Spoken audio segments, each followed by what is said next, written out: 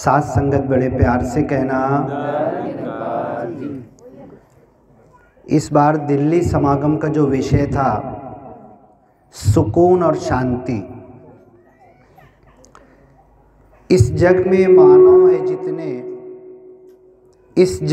मानव है जितने सबके दिल की तमन्ना हो पूरी, सबको बना दे ज्ञानी ईमानी, दास तड़प कर दुआ कर रहा है, मेरी अरदास रहे ना अधूरी, सबको सिखा दे रूहानियत इंसानियत, दिलों से मिटा दे झगड़ा फसाद और हैवानियत, ए खुदा कह दे कुन फयकून, हर तरफ हो जाए सुकून ही सुकून। माता सुदीक्षा जी पूरे विश्व में विमान के थ्रू जा रहे हैं। इस दुनिया में कहीं जंग चल रही है, कहीं युद्ध हो रहा है, कोई एरोप्लेन के ज़रिए कहीं बम गिरा रहा है, रॉकेट दागे जा रहे हैं। लेकिन इस पूरे विश्व में सुकून का संदेश, शांति का पैगाम, मानव जाति को जोड़ने का जो काम माता सुदीक्षा जी कर रहे हैं, वो शायद कोई गुरु दुनिया में कर रहा है। मंदिर में गया तो पत्थर पड़ा था, मस्जिद में गया तो खाली पड़ा था, गिरजा में गया तो सूली पर चढ़ा था, सत्संग में गया तो सामने खड़ा था। ये जो देव की वड़क माता सुदीक्षा जी और निरंकारी मिशन सच्चे देव की जो वड़क करके हमें दिखाता है और हमें जोड़ देता है। सत्संग सेवा सिमरन 3 रास्ते दिखाता है। बाबा हरदेव जी भी कहते थे, हम सत्संग तो खूब करते हैं, सेवा भी हमारी होती रहती है, लेकिन अगर कहीं कमी है तो हमारे सिमरन में कमी है। माता जी ने जो दिल्ली समागम का विषय दिया था सुकून, ये सुकून कहाँ मिलेगा, कौन सी मार्केट में, कौन से बाज़ार में, कौन सी दुकान पे मिलेगा, कितना पैसा देंगे तो मिलेगा, कितनी प्रॉपर्टी खर्च करेंगे तो हमें सुकून मिलेगा। दुनिया पागल की तरह इधर उधर भाग रही है, लेकिन उसे नहीं मालूम कि ब्रह्म ज्ञान के अंदर सुकून है, शांतता ब्रह्म ज्ञान के अंदर है। ये जो सिमरन के छोटे से बोल दिए गए हैं, तू ही निरंकार मैं तेरी शरणहा मैनो बख्श लो। आज साइंस भी कहती है कि दिल का जो सुकून होता है ना, आत्मा मन के अंदर, ये सुकून छुपने वाली चीज़ नहीं है। अगर मैं परेशान हूँ तो मेरे चेहरे से आपको मालूम पड़ जाएगा, अगर आप खुश हैं तो आपके चेहरे से हमें पता चल जाएगा। और साइंस कहती है कि ये जो माइंड होता है ना, ब्रेन, माइंड के अंदर से वाइब्रेशन निकलते हैं। ये वाइब्रेशन अच्छे भी होते हैं, बुरे भी होते हैं। तो बाबा हरदेव जी यही कहना चाहते थे कि सत्संग भी खूब करते हैं, सेवा भी हमारी खूब होती है, लेकिन हमारे सिमरन में कमी है। सिमरन इतना पावरफुल होना चाहिए, सिमरन के अंदर हमारा मन लगना चाहिए। और सिमरन के 3 टुकड़े हैं। पहला शब्द है तू ही निरंकार, ए प्रभु निराकार, मैंने जो ब्रह्म ज्ञान लिया है, तेरी वड़क और पहचान ली है, तू अकेला निराकार है, सब तो आकार है।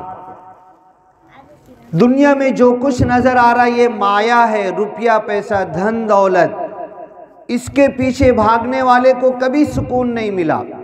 और ए प्रभु निराकार, तू अकेला निराकार है, मैं तेरी शरणहा। दूसरा शब्द है कि ए प्रभु निराकार, मैं तेरे शरण में हूँ।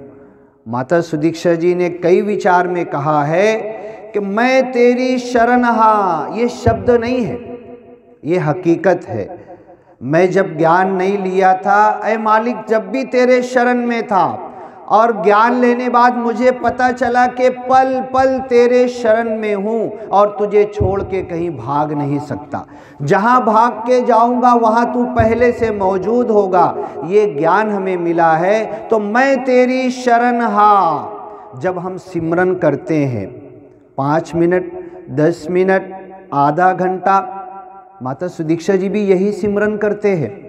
दुनिया का कोई गुरु अपने शिष्य को सब कुछ नहीं देता, कुछ अपने पास छुपा कर रखता। हमारे गुरु ने तो सब कुछ दे दिया, जो सिमरन खुद करते वही हमको दे दिया। लेकिन अब ये मेरी कमी है, ये हमारी कमी है कि जब हम सिमरन करते हैं, मैं तेरी शरण हा, जब हम बोलते हैं तो हमारा मन कहीं और होता है।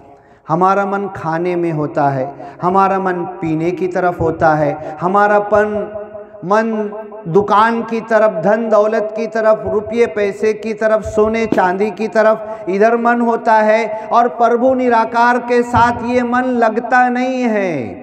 जिस दिन सच्चे मन के साथ आकार को भूल कर, निराकार के साथ लग कर ये सिमरन हम करना चालू कर देंगे, उस वक्त हम भूख को भी भूल जाएंगे, प्यास को भी भूल जाएंगे, ठंडी और गर्मी को भी भूल जाएंगे।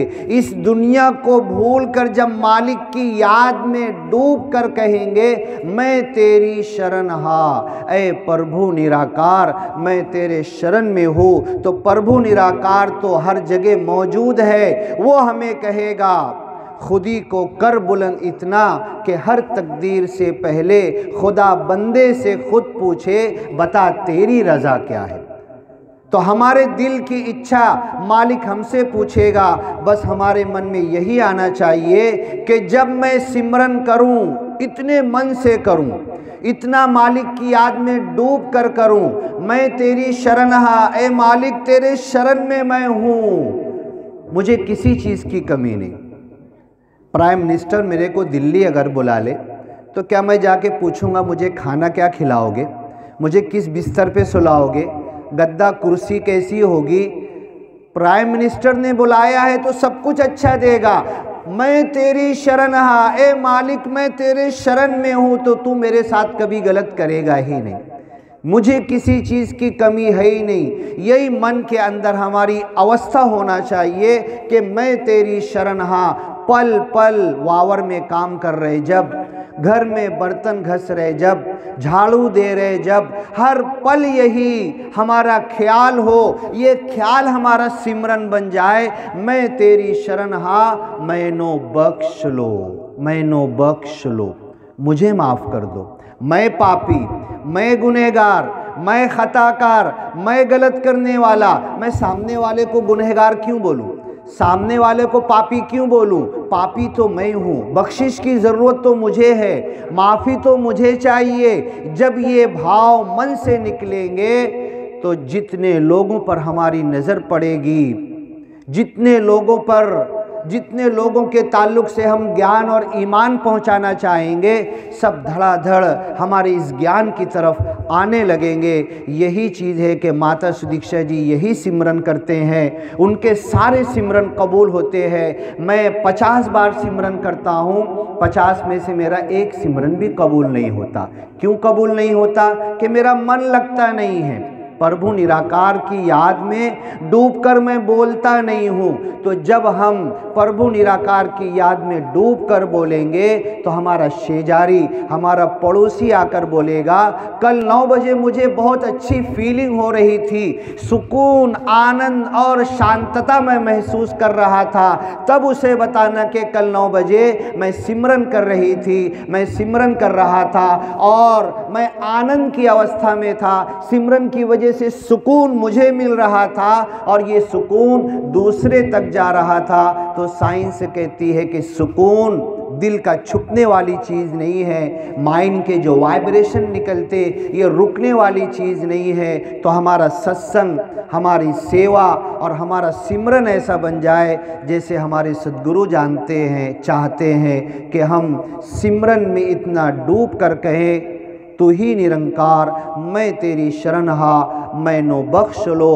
और जब अपनी बख्शिश हो जाएगी तो जितने सिमरन कबूल होंगे उतने लोगों की बख्शिश होगी, वो ज्ञान में आते चले जाएंगे। और हमारी ज़िंदगी का मकसद यही है कि ये जो ज्ञान मुझे मिला है मेरे शेजारी को मिल जाए, पड़ोसी को मिल जाए, बाजू वाले गांव को मिल जाए, पूरे देश में फैल जाए और पूरी दुनिया तक ये ज्ञान फैल जाए। साथ संगत बड़े प्यार से कहना, धन निरंकार जी। धन